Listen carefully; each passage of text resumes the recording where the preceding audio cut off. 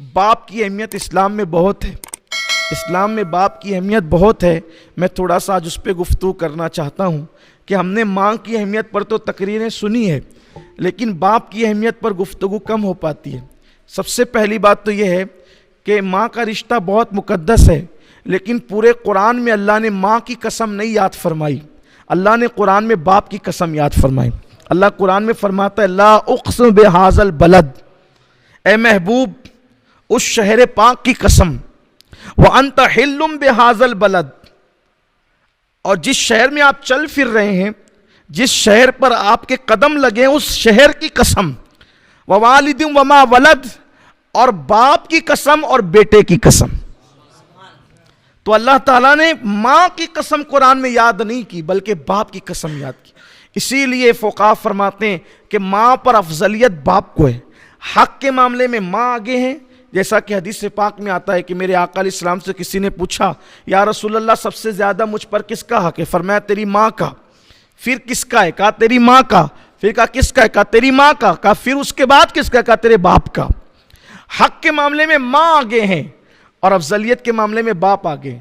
فقہا فرماتے ہیں کہ اگر کسی کو کسی شہر جانے سے ماں نے اجازت دے دی اور باپ نے منع کر دیا تو وہ جائے گا نہیں بلکہ رکے گا، اس لیے کہ باپ وہ ہے جس کا فرمان ماننا ماں پر بھی فرض ہے اور بیٹے پر بھی فرض ہے۔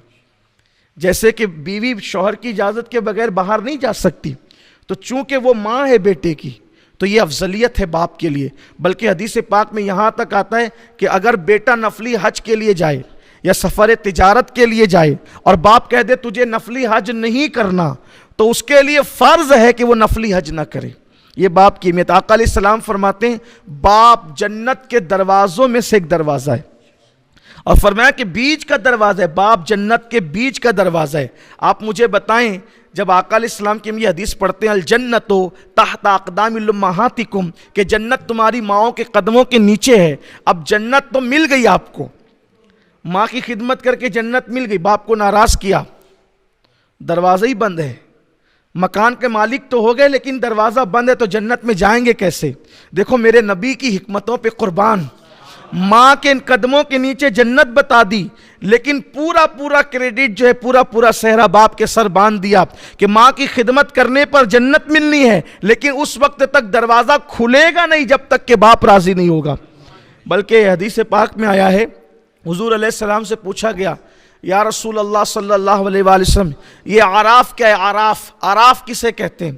تو آقا کریم صلی اللہ علیہ وسلم نے فرمایا عراف ایک مقام ہے جو جنت اور جہنم کے بیچ میں ایک میدان ہے۔ عراف جنت اور جہنم کے بیچ میں ایک میدان ہے۔ پوچھا یا رسول اللہ یہ میدان کیا ہے؟ تو فرمایا نہ وہاں جہنم کی طرح عذاب ہے نہ وہاں جنت کی طرح نعمتیں ہیں۔ اور پوچھا عراف میں کون لوگ ہوں گے؟ عراف میں کون لوگ ہوں گے؟ تو میرے آقا علیہ السلام نے فرمایا جن لوگوں نے باپ کے حکم کی نافرمانی کرتے ہوئے اللہ کی راہ میں جہاد کیا تھا۔ باپ نے منع کیا جہاد کے لیے مت جا، باپ نے منع کیا جہاد کے لیے مت جا، اور وہ جہاد کے لیے گیا اور پھر اللہ کی راہ میں شہید ہو گیا، اور اللہ کی راہ میں شہید ہوا تو قرآن نے اس کے بارے میں کیا کہا؟ وَمَا تَقُولُوا لِمَنْ يُقْتَلُ فِي سَبِيلِ اللَّهِ أَمْوَاتٌ بَلْ أَحْيَاءٌ وَلَكِنْ لَا تَشْعُرُونَ۔ جو اللہ کی راہ میں مارے جائیں انہیں مردہ مت کہو، وہ زندہ ہیں۔ یہ اس کو مرسم ملا، وہی مقام ملا، وہ شہید کہلایا۔ لیکن میرے آقا فرماتے ہیں چونکہ باپ کی نافرمانی کرتے ہوئے گیا تھا اس لیے شہید ہو کر بھی اس کو جنت نہیں ملے گی۔ وہ جنت اور جہنم کے درمیان ایک مقام ہے جس کو مقام عراف کہا جاتا ہے، وہاں رکھا جائے گا۔ اپنی گفتگو سمیٹتے ہوئے، چونکہ اعتراف خدمات کا بھی پروگرام ہے، گفتگو سمیٹتے ہوئے، اگر ایک گھر میں باپ بیٹے رہتے ہوں، ایک گھر میں باپ بیٹے، تو کم سے کم بیٹے پر اتنا ضروری ہے کہ صبح کی پہلی ملاقات میں باپ کے لیے اٹھ کر کے کھڑا ہو جائے، یعنی بیٹھے بیٹھے باپ سے نہیں مل سکتا۔ ماں یا باپ سے پہلی ملاقات میں ہر دن، اگر ایک گھر میں رہتے ہوں تو، اور اگر گھر الگ الگ ہوں تو جب ملے باپ کے استقبال کے لیے کھڑا ہو۔ یہ باپ کا احترام ہے۔ جب ملے، اگر کہیں اور دونوں کے مکانات جدا جدا ہوں، کیونکہ ایک گھر میں ہو تو بار بار سامنا ہوگا، تو اسلام اس کا مکلف نہیں کرتا، لا یکلف اللہ نفسا الا وسعہا، کہ اللہ کسی جان پر اتنا بوجھ نہیں ڈالتا کہ وہ اٹھا نہ سکے۔ ایک گھر میں رہتے ہیں تو لیکن پہلی ملاقات میں اٹھ کر کے کھڑے ہونا ہوگا، اور اگر کہیں اور رہتے ہو تو بار بار اٹھ کے نہ کھڑے ہونے کا وبال کیا ہے۔ میں اور آپ تو کوئی حیثیت ہی نہیں رکھتے۔ آئیے ذرا امام حمیدی کی طرف چلتے۔ امام حمیدی نے اس کو لکھا ہے جو روایت میں پڑھنے جا رہا ہوں بیان ہے۔ یہ امام حمیدی کون ہے؟ بخاری کے راویوں میں ان کا شمار ہے، بلکہ پہلی حدیث جو انما الاعمال بالنیات ہے اس میں حمیدی کا بھی ذکر ہے۔ اتنے بڑے محدث ہیں حمیدی، انہوں نے لکھا جو میں بیان کرنے جا رہا ہوں۔ حضرت یوسف علیہ السلام جب کھو گئے تو یعقوب علیہ السلام نے 50 سال تک رویا بیٹے کے لیے، 50 سال تک روتے روتے آنکھیں خشک ہو گئی، آنکھیں سفید ہو گئی۔ پھر ایک دن آیا کہ دونوں باپ بیٹے ملے، تو حضرت یعقوب علیہ السلام کو یوسف علیہ السلام جب بادشاہ بن گئے تو مصر بلایا کہ اب آپ ملک شام چھوڑ دیں، مصر آئیں۔ تو یعقوب علیہ السلام مصر گئے تو حضرت یوسف علیہ السلام ہاتھی پر بیٹھے ہوئے، حضرت یوسف علیہ السلام تھے ہاتھی پر، ایک روایت کے مطابق تخت پر، ایک روایت کے مطابق تخت پر، ایک روایت کے مطابق ہاتھی پر، اور حضرت یعقوب علیہ السلام آ رہے تھے اونٹنی پر۔ تو اب باپ اور بیٹے میں جب 50 سال کے بعد ملاقات ہوئی، وہ بھی 50 سال دونوں ایک دوسرے کا انتظار کیے، تو اس کا شوق فرشتوں کو اتنا تھا کہ فرشتوں نے اللہ سے کہا اللہ آج ہم اجازت چاہتے ہیں کہ وہ باپ بیٹے کا ملن دیکھنے کے لیے جائیں کہ 50 سال کے بعد باپ بیٹے ملتے کیسے ہیں۔ تو حضرت یعقوب علیہ السلام اور یوسف علیہ السلام دونوں کو انتظار تھا۔ یوسف علیہ السلام چاہ رہے تھے کہ میرا باپ جو میری محبت میں روتے روتے نابینا ہو گئے، آنکھوں کھو دی، آنکھیں سفید ہو گئی، میرا کرتا ڈالنے سے تو آنکھیں مل گئی، میرے باپ نے کتنے صدمے اٹھائے، آج میں اپنے باپ کی زیارت کروں گا۔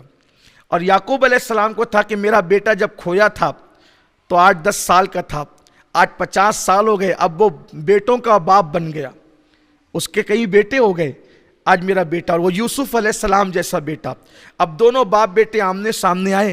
حضرت یوسف علیہ السلام باپ کو پہلی نظر میں دیکھ کر اتنے جذباتی ہو گئے کہ باپ کے استقبال کے لیے اٹھ کر کھڑے ہونا بھول گئے۔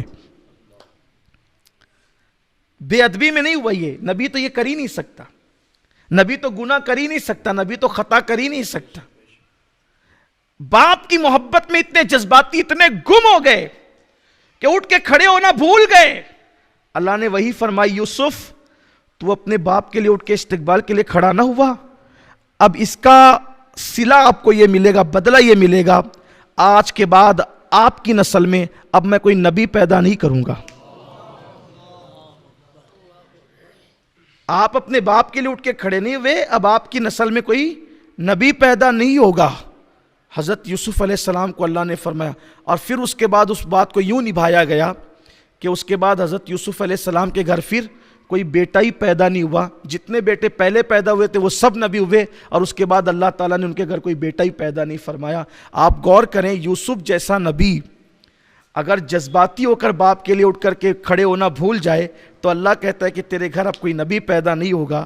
آج اگر بیٹے باپ کو آنکھیں دکھائیں، باپ پر ہاتھ اٹھائیں، باپ کو گھور کے دیکھیں، باپ کو گھر سے نکالیں، باپ کو مار پیٹ کریں، اندازہ کریں یہ مالیگاؤں شہر آج بھی ایسا ہے۔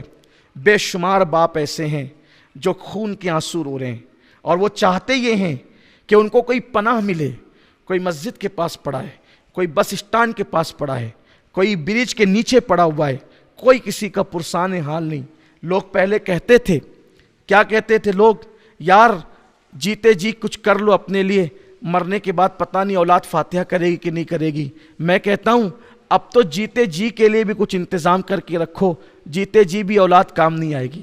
لیکن ایک بات یاد رکھنا، اور ہمیشہ یاد رکھنا، یہ بات بالکل سچی ہے، اگر ہم نے اپنے ماں باپ کے ساتھ اچھا سلوک کیا ہے اس سے بہتر سلوک ہماری اولاد ہمارے ساتھ کرے گی، اور اگر ہم نے اپنے ماں باپ کے ساتھ اچھا سلوک نہیں کیا ہے تو بدترین سلوک کرے گی۔ ایک روایت پڑھ کے بات مکمل کرتا ہوں، ایک حدیث پاک۔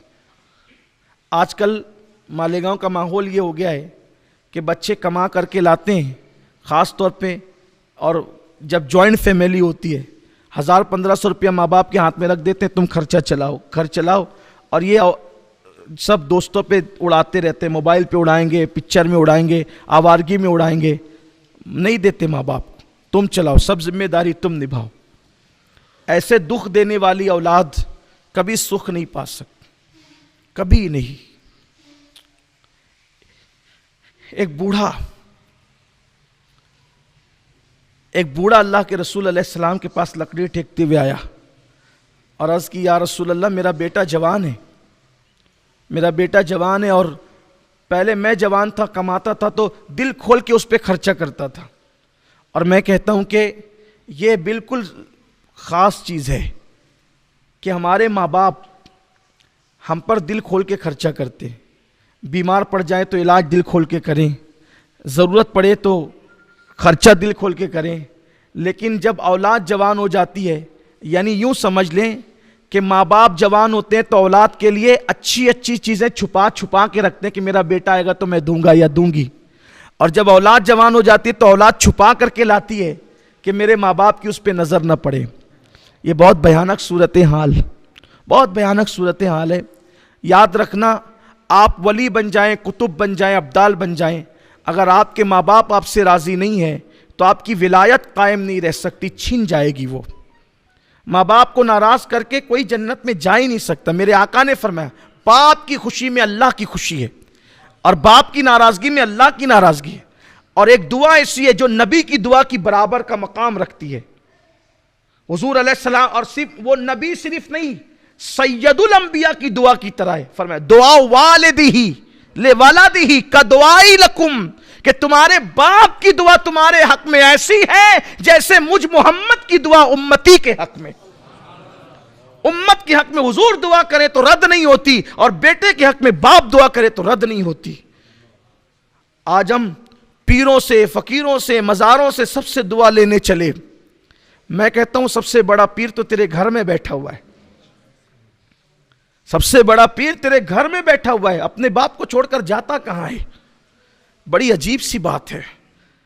میں کہتا ہوں کہ جس کے لیے قرآن اور احادیث میں سندیں موجود ہے کہ جہاں دعا رد نہیں ہوتی، ہم جا رہے ہیں، سید صاحب آپ دعا کر دو، پیر صاحب آپ دعا کر دو، مولانا صاحب آپ دعا کر دو، یہ دعا کر دو، وہ دعا کر دو. ارے خدمت کر، باپ کی دعا لے، ماں کی دعا لے، وہ دعا کی برکت ہے، تقدیر بدلتی. میں کہتا ہوں ولی کی دعا ولی کا درجہ رکھتی ہے، نبی کا درجہ نہیں رکھتی. لیکن باپ کی دعا تو سید الانبیاء کی دعا کا درجہ ہے. کیا فرمایا؟ یہ نہیں کہا کہ باپ کی دعا نبی کی دعا کی طرح نہیں، یہ فرمایا، آقا فرماتے ہیں دعا والدہ لولدہ کا دعائی لکم، جیسے حضور نے کہا جیسے میری دعا تمہارے لیے، حضور نے کہا میری دعا تمہارے لیے جو درجہ رکھتی ہے وہی دعا باپ کی دعا بیٹے کے حق میں درجہ رکھتی ہے. اس دعا کی اہمیت کون جانتا ہے؟ عرش ہلا دیتی ہے یہ دعا، تقدیریں بدل دیتی ہے یہ دعا. اس دعا کا مقام کیا ہے لوگوں کو پتہ ہی نہیں. ادھر ادھر بھٹک رہے ہیں بیچارے مارے، اور مرکز دعا گھر میں موجود ہے، ماں اور باپ کی شکل میں. تو میں جو حدیث آخری بیان کرنے چلا تھا کہ یہ کہ بوڑھا باپ آتا ہے اور کہتا ہے یا رسول اللہ جب میں جوان تھا بہت خرچہ کرتا تھا اس پر، اور اب یہ جوان ہے میں بوڑھا ہو گیا ہوں جبکہ میری بیٹیاں اور بچیاں بھی ہیں، اب میں اس سے مانگتا ہوں تو یہ مجھ پہ تنگی کرتا ہے، صحیح سے دیتا نہیں ہے پیسے. حالانکہ اب لوگوں کو ایسا خطرہ رہتا ہے یار میں ابا کو دوں گا، اماں کو دوں گا تو دوسرے بھائیوں پہ یہ خرچہ کر دیں گے، بہنوں پہ خرچہ کر دیں گے، اس پہ اڑا دیں گے، اس پہ اڑا دیں گے، یہ لوگوں کو ڈر رہتا ہے. میں کہتا ہوں اگر جان لٹا کر بھی باپ راضی ہو جاتا ہے تو سودا سستا ہے. اگر جان دے کر بھی باپ راضی ہوتا ہے، کیونکہ جس کی رضا میں خدا کی رضا ہے تو اس سے سستا سودا اور کیا ہے. لیکن لوگ وہ کرتے ہیں. اور یہ بھی آپ سے کہتا ہوں باپ نے جان لٹانا ہے لٹا دے، ہمیں تو رضا سے مطلب ہے، اللہ کی رضا چاہیے. میں دیکھ رہا ہوں میری نگاہیں چھوٹی سی عمر میں ان تجربات سے گزر رہی ہے کہ کچھ لوگوں کو میں نے دیکھا جو مسجد کے اندر پانچوں وقت جماعت میں موجود ہیں، داڑیاں بھی بڑی ہے، ٹوپیاں بھی سروں پر ہے، ہر سال رمضان شریف میں عمرہ کو بھی جا رہے ہیں، ہر سال حج کو بھی جا رہے ہیں، سب کر رہے ہیں، لیکن ماں باپ کی وہ خبرگیری ان کے یہاں نہیں ہے جو ہونی چاہیے. باپ سے اونچی آواز رہتی ہے، جبکہ امام اہل سنت اعلیٰ حضرت نے لکھا کہ ماں اور باپ سے بات کرو تو پہلے حکم یہ ہے کہ ان سے اجازت لو. بغیر اجازت بات کرنا بے ادبی ہے. اجازت لو, اور اجازت لینے کے بعد ایسے لہجے میں بات کرو جیسے ایک غلام اپنے آقا سے بات کرتا ہے. یہ ہے ہمارے مذہب میں ماں باپ کی اہمیت. بڑی اہمیت ہے, بہت بڑی اہمیت ہے. تو اس باپ نے کہا حضور وہ دیتا نہیں ہے, میں پیسے مانگتا ہوں. تو اتنے میں بیٹا بھی آ گیا.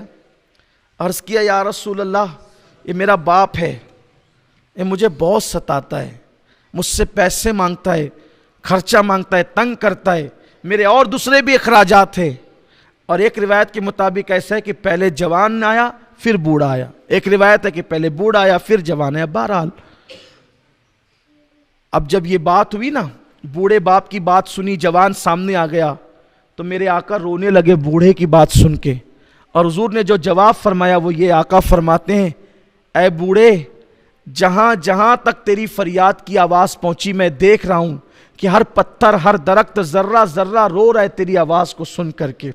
اور پھر اس جوان سے کہا, اے جوان تو بھی تیرے باپ کا ہے اور تیری پوری دولت تیرے باپ کی ہے, تیری دولت پر تیرے باپ کا حق ہے اور تو اس سے چھپا نہیں سکتا. اور پھر میرے آقا علیہ السلام نے فرمایا, جس سے باپ راضی اس سے اللہ راضی, جس سے باپ ناراض اس سے اللہ